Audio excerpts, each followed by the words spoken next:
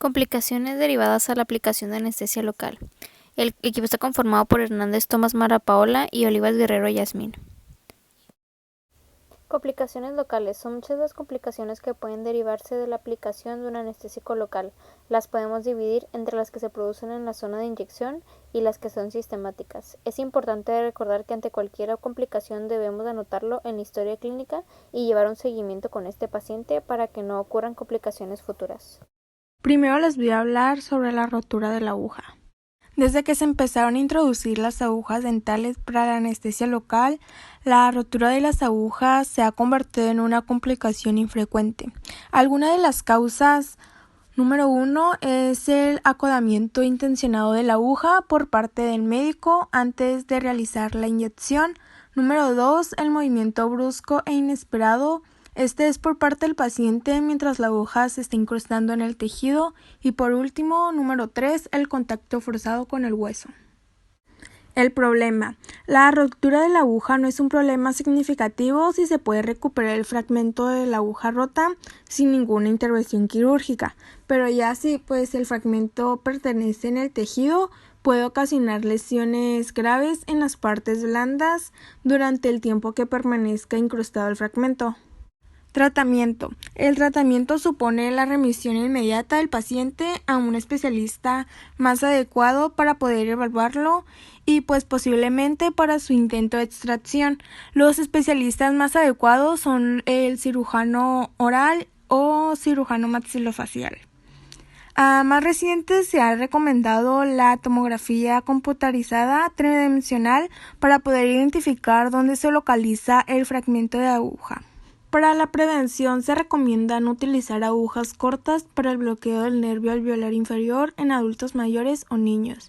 También se recomiendan utilizar agujas de calibre 30G para el bloqueo del nervio alveolar inferior. También no doblar las agujas al insertarlas en partes blandas y por último, actuar con mucha precaución al insertar agujas en niños pequeños. Parestesia. La anestesia o parestesia local se define como una anestesia que persiste o una alteración de la sensibilidad que va más allá del tiempo normal, ya sea hasta días, semanas o meses, y cuando esto pasa aumenta la posibilidad de que aparezcan problemas. Debemos de recordar que la respuesta de los pacientes puede ser muy variada y pueden referir falta de sensibilidad, inflamación, hormigueo u picor. Esto puede provocar mordeduras, babeo y dificultad para hablar en el paciente. Causas. La solución anestésica contaminada con alcohol u otras soluciones esterilizantes. Otra que es muy poco común sería el traumatismo sobre nervios producido por contacto con la aguja, lo cual no es común por el tipo de aguja que utilizamos en odontología. El tercero sería una hemorragia dentro o alrededor de la vaina nerviosa. La hemorragia causaría que se elevara la presión sobre el nervio. Como dato extra, debemos de saber que todos los anestésicos locales pueden provocar lesiones nerviosas, pero rara vez ocurren problemas sensitivos. Problema. Como ya sabemos, la falta de sensibilidad puede dar origen a lesiones autoinfligidas en el paciente, lo cual puede escalar hasta algo más grave cuando persisten. Para la prevención, es posible que podamos prevenir esto siguiendo los protocolos, los cuidados y la manipulación de los cartuchos necesarios, y claro, siempre poniendo atención en la clase de anestesia. Para el tratamiento, Nicole afirmaba que las parestesias en su mayoría desaparecerían a las 8 semanas posteriores al incidente y sin tratamiento. En la mayoría de los casos las parestesias son mínimas y solo serán permanentes cuando el daño sea grave, y esto solamente sucede en contadas ocasiones. McCarthy y Orr han recomendado las siguientes secuencias terapéuticas para el paciente. Lo primero siempre será tranquilizar al paciente y, claro, mantener nosotros siempre la calma. El segundo sería examinar al paciente en persona. El tercero sería pedirle al paciente que regrese cada 2 meses, por lo menos mientras la anestesia persista.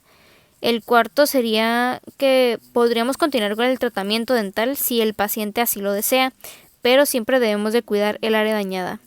Y por último sería como cuidado de cada odontólogo, sería cuando eso ocurra contactar con la persona encargada de nuestro seguro, ya que esto podría dar a una demanda por mala praxis en odontólogos, debido a que la parestesia es una de las principales razones por demandas.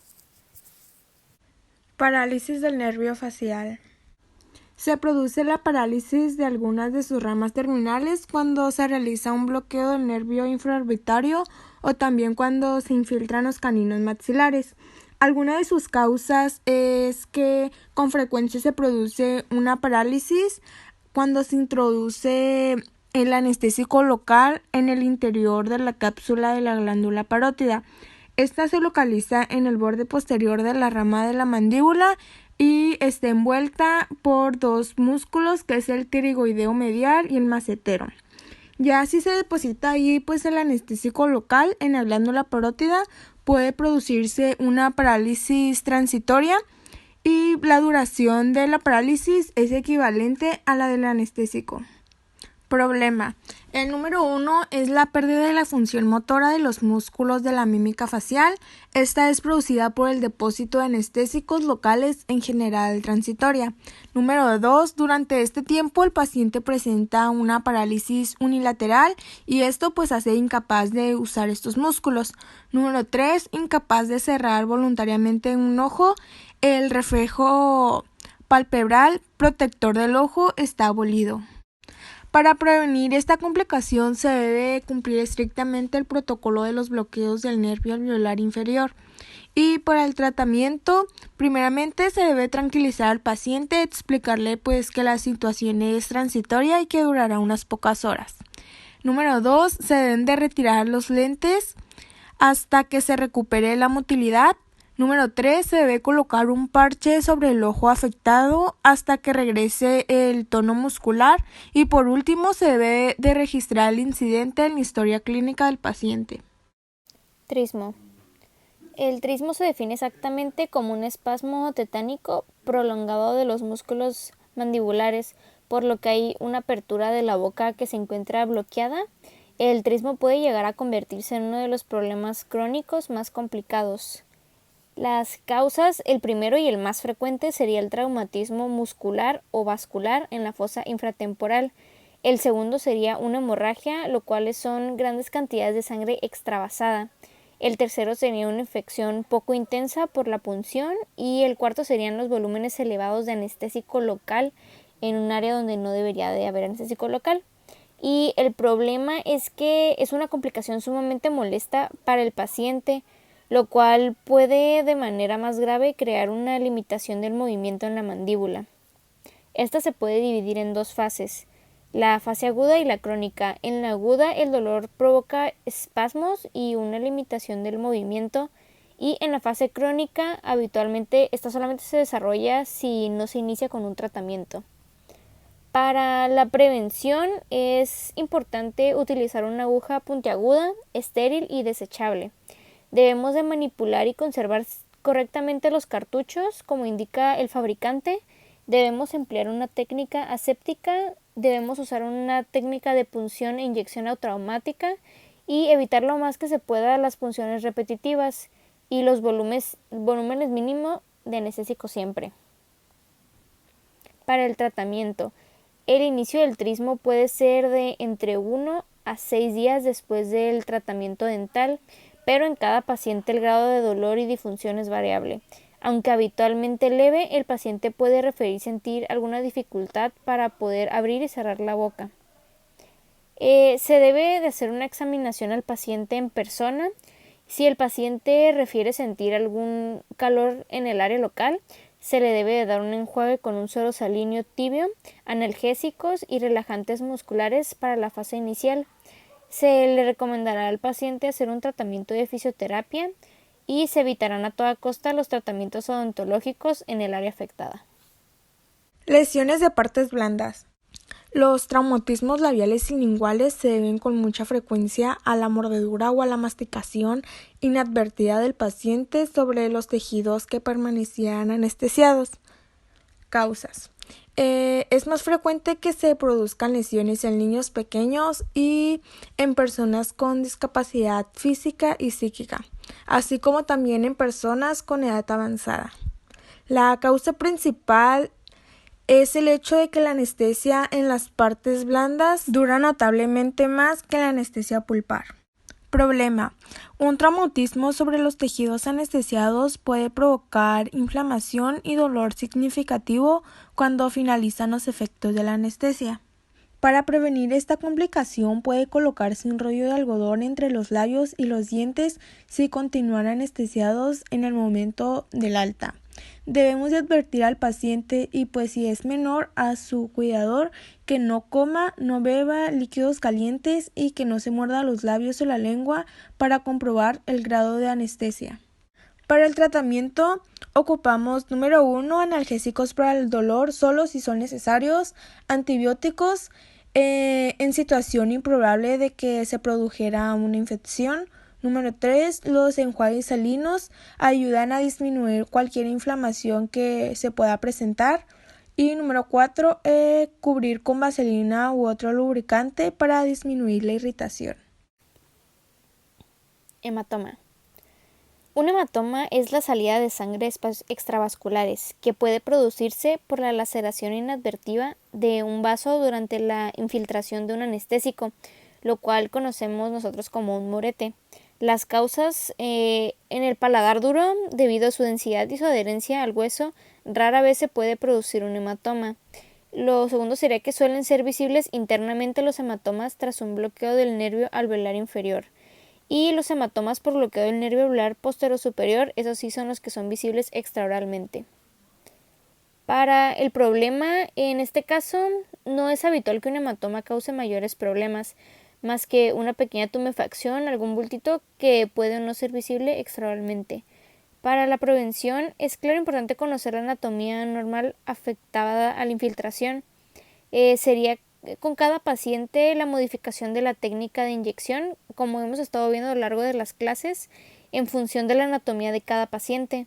Deberemos utilizar una aguja corta para el bloqueo del nervio alveolar posterior-superior para disminuir el riesgo de un hematoma. Usaremos siempre una técnica de inyección atraumática, reduciremos en cada técnica el número de punciones tisulares y por último no deberemos emplear nunca una aguja como una sonda en los tejidos. Para el tratamiento, el número sería el tratamiento inmediato en el cual debe aplicarse una presión directa en el lugar de la hemorragia. Para el bloqueo del nervio alveolar inferior, aplicaremos una presión sobre la cara mesial de la rama mandibular. Para el bloqueo del nervio alveolar anterosuperior, el infraorbitario, se aplicará una presión sobre la piel directamente sobre el agujero infraorbitario. Para el bloqueo del nervio incisivo, el mentoniano, se le aplicará una presión directamente al paciente sobre el agujero el mentoniano. Y para el bloqueo del nervio bucal o cualquier infiltración palatina, se le debe aplicar una presión en el lugar de la hemorragia. Y para el que es el que produce un hematoma de mayor tamaño y de peor aspecto sería el bloqueo del nervio alveolar posterior-superior. Y para el posterior, el paciente puede ser dado de alta una vez que haya cesado la hemorragia. Para el tratamiento también podemos aplicar algo de hielo o algo frío sobre la zona. El hematoma con o sin tratamiento debe desaparecer en promedio de 7 a 14 días. Dolor durante la inyección. Una de las mejores maneras para poder prevenir el dolor por una inyección de un anestésico local es el cumplimiento meticuloso y completo de un protocolo básico de inyección atraumática. Las causas. Número 1 es la técnica de inyección poco cuidadosa y una actitud insensible. Número 2, la instalación rápida de una solución anestésica local puede producir un daño tisular. Número 3, la aguja puede volverse roma con las punciones múltiples. Y número 4, las agujas despuntadas. Estas pueden provocar dolor al ser retiradas de los tejidos. Problema. El dolor en la zona de inyección aumenta la ansiedad del paciente y puede conducir a unos movimientos bruscos e inesperados.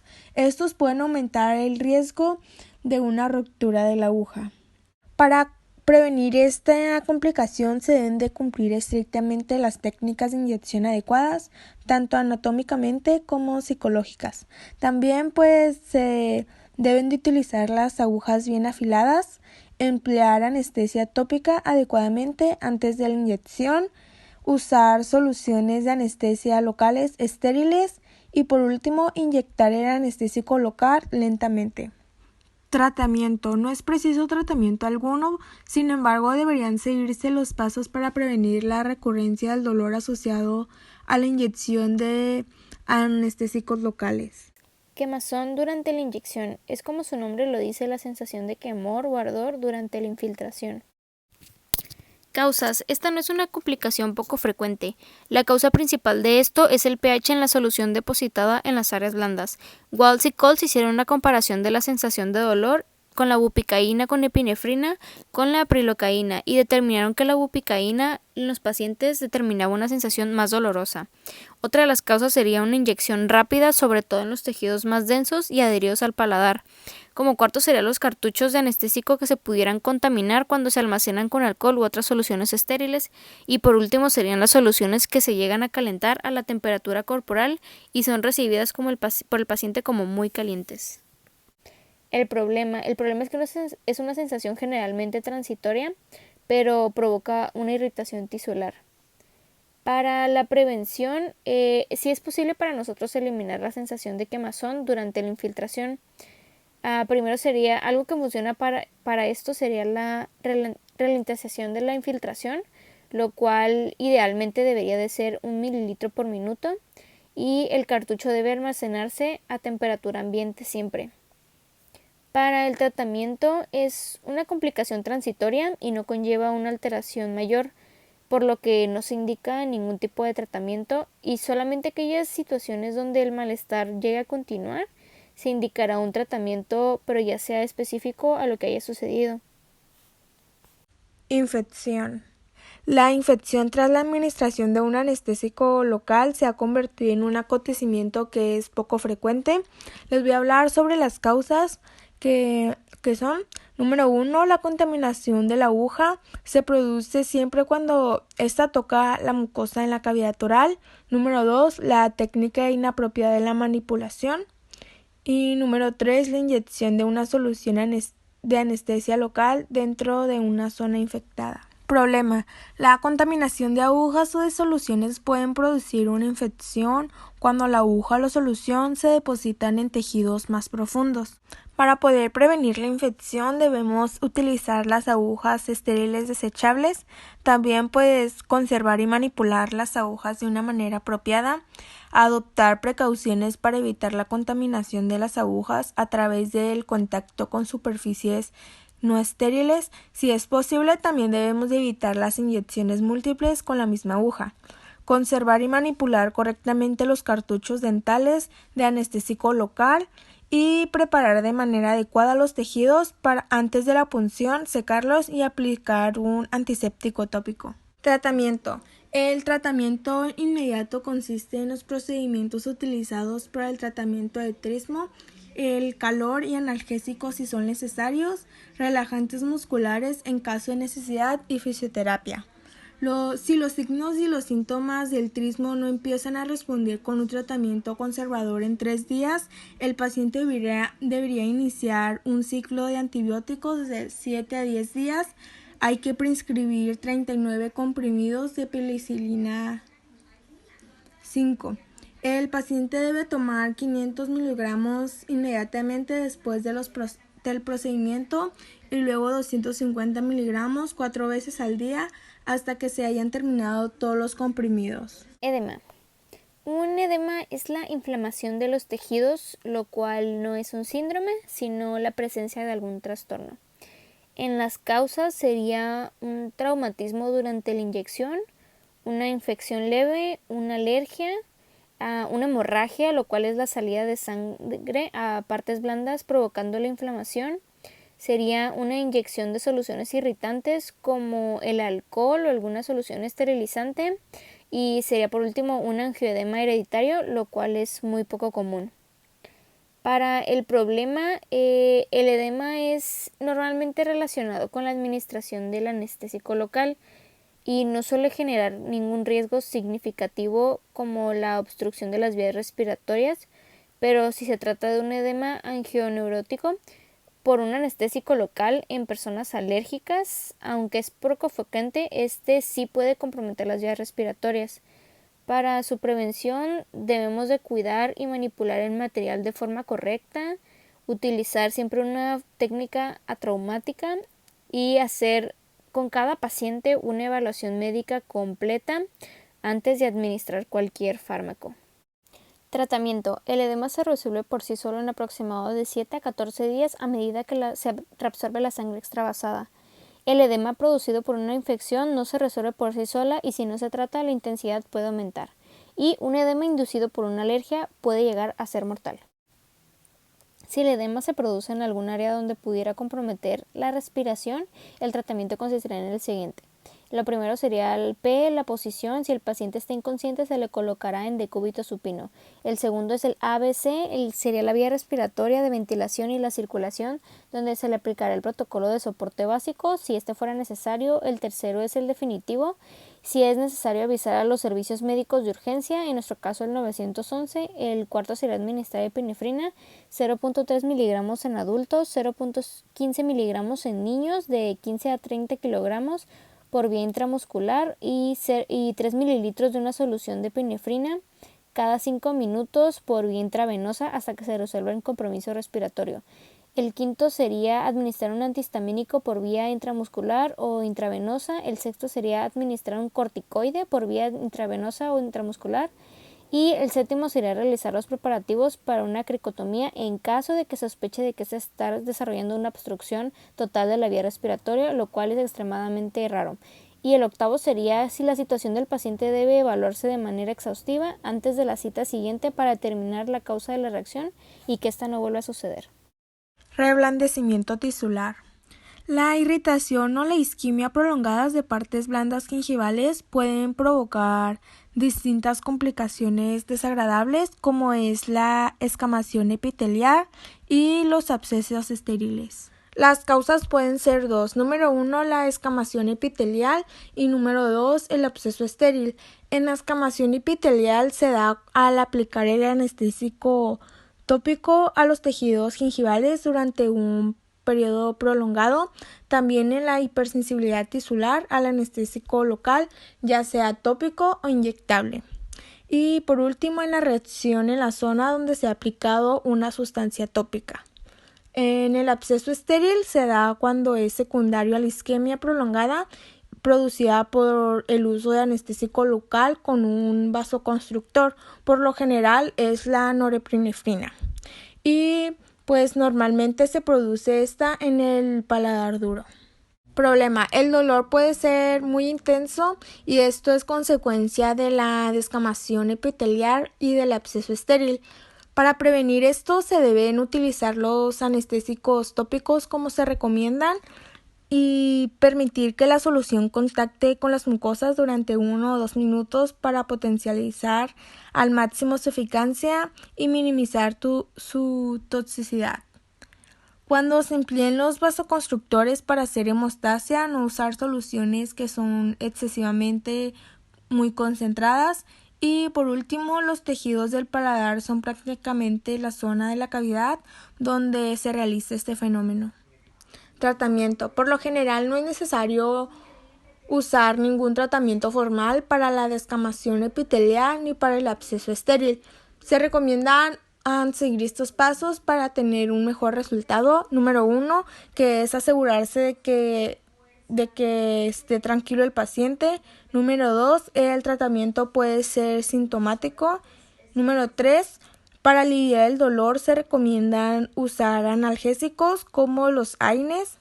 Y número 4, una pomada de aplicación tópica con el fin de disminuir la irritación de la zona.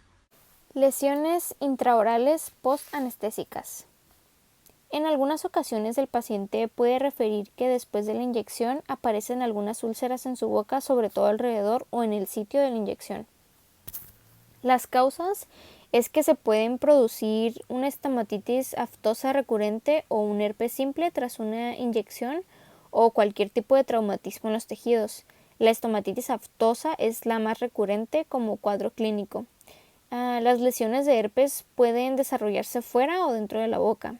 El traumatismo producido por una aguja, una solución anestésica o cualquier otro instrumento pudiera activar este proceso patológico que ya existía antes en los tejidos. El problema es que el paciente se queja de una sensibilidad aguda en el área ulcerada. Muchos pacientes llegan a creer que se han infectado debido a la inyección que recibieron. Sin embargo, el riesgo de que esto ocurra es el mínimo. Para la prevención, pues por desgracia no hay ningún tipo de forma de prevenirlo, solamente se pueden prevenir el desarrollo de las lesiones. Las lesiones intraorales en pacientes sensibles, en algunas ocasiones es posible prevenir el herpes simple extraoral o reducir sus manifestaciones clínicas si se trata en su fase prodrómica. Los antivirales como el aciclovir, aplicado 4 veces al día en el área afectada, pueden reducir de forma eficaz la fase aguda de este proceso. Para el tratamiento, lo primero que debemos hacer es tranquilizar al paciente. Debemos señalarle que la complicación no es producida por nosotros, por una infección bacteriana producida por la inyección del anestésico, sino más bien que es un problema que era un proceso que ya estaba en su cuerpo de forma latente. No le daremos ningún tipo de tratamiento alguno si el dolor es leve. Las úlceras suelen durar de 7 a 10 días con o sin tratamiento. Sin embargo, si esto provoca quejas en el paciente, puede instaurarse un tipo de tratamiento que en general presenta una efectividad variable, pero el objetivo es mantener las zonas ulceradas cubiertas y anestesiadas. Puede aplicarse una solución tópica, por ejemplo, una lidocaína viscosa, y según las necesidades sobre las áreas dolorosas. Puede ser también una mezcla en cantidades equivalentes de difenadramina y una leche magnésica en enjuagues bucales, lo cual cubre de forma eficaz las úlceras y hace que el dolor sea más leve. También puede ser el empleo de una pasta protectora en base de benzocaína y sin triamcinolona, que puede aliviar la intensidad del dolor. No se debe recomendar ningún tipo de corticoide debido a que las propiedades antiinflamatorias pueden aumentar el riesgo de la infección vírica o bacteriana. También se puede aplicar una preparación de ácido tánico en las lesiones, tanto fuera como dentro de la boca, pero debemos de esperar a que los tejidos estén bien secos. Y por último sería que debemos de esperar el tiempo suficiente para que las úlceras salgan del sistema del paciente antes de aplicar algún otro tratamiento odontológico. Artículo. Nosotros escogimos este artículo que lleva como nombre Riesgos y complicaciones de anestesia local en la consulta. Este nos habla sobre las complicaciones más frecuentes que se puedan presentar en la consulta dental y pues enfatiza las necesidades de que el odontólogo debe estar preparado para poder reconocer los dichos problemas, poderlos prevenirlos y en algunos casos se puedan tratar.